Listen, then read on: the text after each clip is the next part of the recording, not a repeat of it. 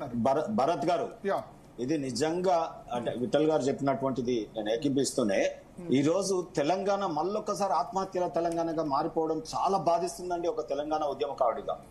ఈ రోజు మనం తెలంగాణ వచ్చిన తర్వాత ఆత్మహత్యలే ఉండే అనుకున్నాం. ప్రజాస్వామ్యయుతంగా పోరాటాలు చేసుకుంటామంటే కనీసం ఇవాళ టెంట్లు వేయట్లేదండి. ఇవాళ నేను ఉప్పల్ బస్ డిపో దగ్గర, కుషాగూడ బస్ డిపో దగ్గర ఎండల మహిళలు ధర్నాలు చేస్తుంటే వారు పని చేసినటువంటి దాంట్లోకి టాయిలెట్ కు పోనివ్వలేదు, నీళ్లకు పోనివ్వట్లేదు. టెంట్ వేసుకుంటే రోడ్ అవతల ఎక్కడో ఏమంటాడు ఆయన. పోలీసు వాళ్ళు చాలా తీవ్రమైన నిర్బంధాలు. ఇవన్నీ ఎందుకు అవుతా ఉన్నాయి? మళ్ళీ నేనేమంటున్నానంటే ఆనాటి బ్రిటిష్ తో అనేక కాలం ట్రావెల్ చేసిన కాంగ్రెస్ మళ్ళీ ఒక ఉక్కు పాదంతో ఈ ఉద్యమాలని అణచేస్తా ఉంది. గతంలో ఆయన అట్లా చేసినాడు. ఇవాళ 55 రోజుల ధర్నా కదా. గతంలో ఆర్టీసీని నిజంగా కూడా కార్మికులని మొత్తం గుండెలాగిపోయి బెదిరిపోయేటట్టు చేసింది గత ప్రభుత్వం. 55 రోజులు ధర్నా చేసి చనిపోతే ఆయన అసలు వాళ్ళని ఇప్పుడు ఇంతకుముందు ఎవరో సోదరుడు చెప్తా ఉన్నారు, బువ్వ పెట్టినాం పిలిచి, డిపోకి 5 మందిని పిలిచి భోజనాలు అరేంజ్ చేసినాం. ఎప్పుడండి? అందరు చచ్చిపోయినాక, ఉద్యోగాలు ఊడిపోయినాక వాళ్ళని మళ్ళా ఉద్యోగాలలో రీఇన్స్టేట్ చేయమంటే ఎంత తక్లీఫ్ చేసినారండి. ఆర్టీసీ కార్మికులను ఉద్యమంలో ఉన్నందుకు ఉద్యోగాలు పీకేసిరు. ఆ రోజు సెపరేట్ నోటిఫికేషన్ ఇచ్చారు, డైరెక్ట్ రిక్రూట్మెంట్ కే తెరలేపినాడు. దేంట్లో రిక్రూట్మెంట్ చేయలేదు. ఆర్టీసీ కార్మికులు ధర్నా చేస్తే మాత్రం ఆర్టీసీలో ఇమీడియట్ రిక్రూట్మెంట్ చేసినారు. పోలీస్ నిర్బంధం. మరి ఒకవేళ ఆ రోజే అపాయింటెడ్ డే చేసి ఉంటే, వారే ప్రభుత్వంలో ఉన్నప్పుడు చేసిపోయి ఉంటే ఇంత బాధ ఉండేది కాదు. ఈ రోజు వేరే ఛానల్లో ఒక సోదరుడు చెప్తా ఉన్నాడు, అగో బండి సంజయ్ నీ ఆడికి ఎట్లా పోతాడు, ఆడికి చనిపోయిన రెడ్డి గారికి ఇక నువ్వు ఫామ్ హౌస్ లో వండుకో, రేవంత్ రెడ్డి ఏమో చెవులలో సీసం పోసుకొని కూర్చుంటాడు, ఇవాళ పోలీసు వాళ్ళకి చెప్పేమో నిర్బంధం చేస్తాడు. ఇక ఎవరు పోతారండి? మరి ఉన్నది ప్రజాస్వామ్యంలో మేము ఉన్నాం కాబట్టి మా పార్టీ, మా నాయకుడు పోయినాడు బండి సంజయ్.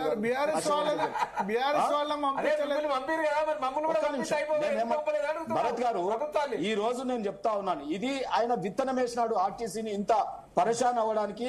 గత ప్రభుత్వం కేసీఆర్ గారు విత్తనం వేస్తే అది ఇలా పండుగ మారింది. ఇప్పటికీ నేనేమంటానంటే రవాణా శాఖ మంత్రి, డెమోక్రసీలో మంత్రికి పవర్సే లేవు. చర్చలు చేసి ఒక్క సమస్య తీర్చరా? ఆయనకు పవర్ లేనట్టుంది. మరి ఆయన ఛార్జింగ్ రిమోట్ ఆయన దగ్గర ఉంటట్టుంది.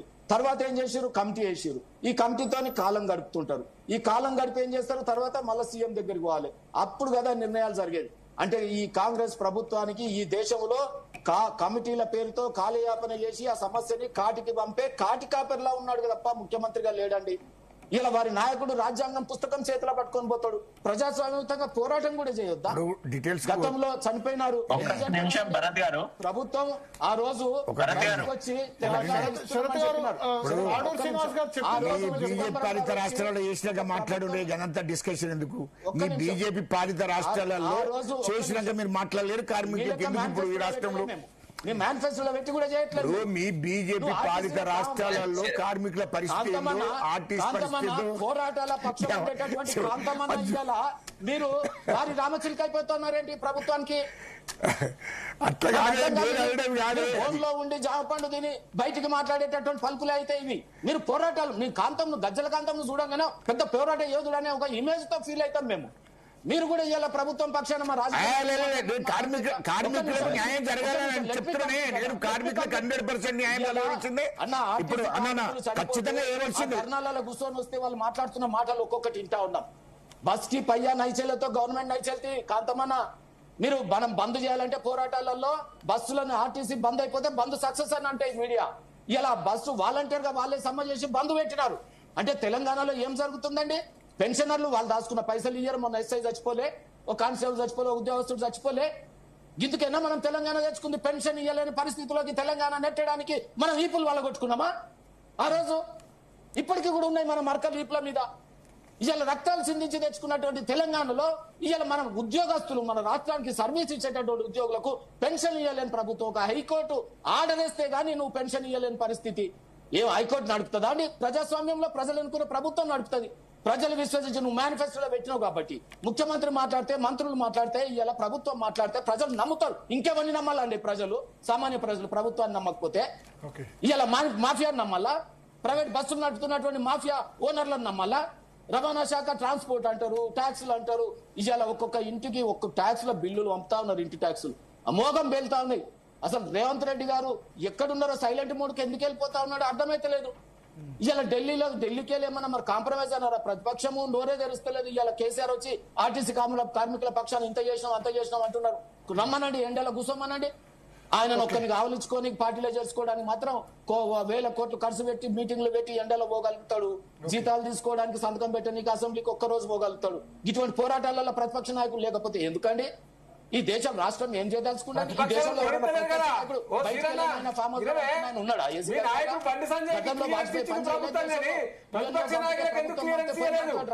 అటువంటి ప్రతిపక్ష నాయకులను అందించినటువంటి ఈ రాష్ట్రం దేశంలో ఇవాళ ప్రతిపక్ష నాయకుడు గట్ల పాడవుతాడు. ఇవాళ ముఖ్యమంత్రి ఏమో ఈయననేనాడు చచ్చిపోతే ప్రివెంటివ్ మెజర్స్ ఎందుకండి? శవాలను మోయనిక మనము ఇవాళ నేనేం చెప్తా ఉన్నాను, నువ్వు కాటికా శ్మశానాన్ని శ్మశాన తెలంగాణ చేసి ఒక కాటికాపర్ లాగా ఉన్నావు తప్ప ముఖ్యమంత్రి లాగా లేవు. ఎందుకు నువ్వు ప్రజల సమస్యలు మొన్నటిదాకా పదవిలో కార్మికులు ఇలా ఆ ముఖ్యమంత్రి సీట్ లో నువ్వు కుల్కెట్టనువా? తెలంగాణ ఉద్యమం ఆర్టీసీ కార్మికులు సగల జైల్లో సమ్మెలో చేయకపోతే ఆ ముఖ్యమంత్రి సీట్ లో కూర్చుంటాయినా? ఆర్టీసీ నుంచి గోవర్ధన్ గారు చెప్పండి, బ్రీఫ్ గా చెప్పండి, ఏంది ఎగ్జాక్ట్లీ ప్రాబ్లం, ఏం చేయాలి? నమస్కారం అంటున్నా. ఇప్పుడు వీళ్ళది ప్రభుత్వంలో చేరుస్తామని గత ప్రభుత్వం జీవో ఇచ్చింది అంటున్నారు కదా, అపాయింటెడ్ డే ఇచ్చేసి సర్వీస్ బుక్లు ఇచ్చేయమనండి. రెండోది లేదు, ఇవాళ ఒక నిమిషం సార్, ఇవాళ కార్మిక సంఘాలు ఎందుకు ఉండొద్దండి?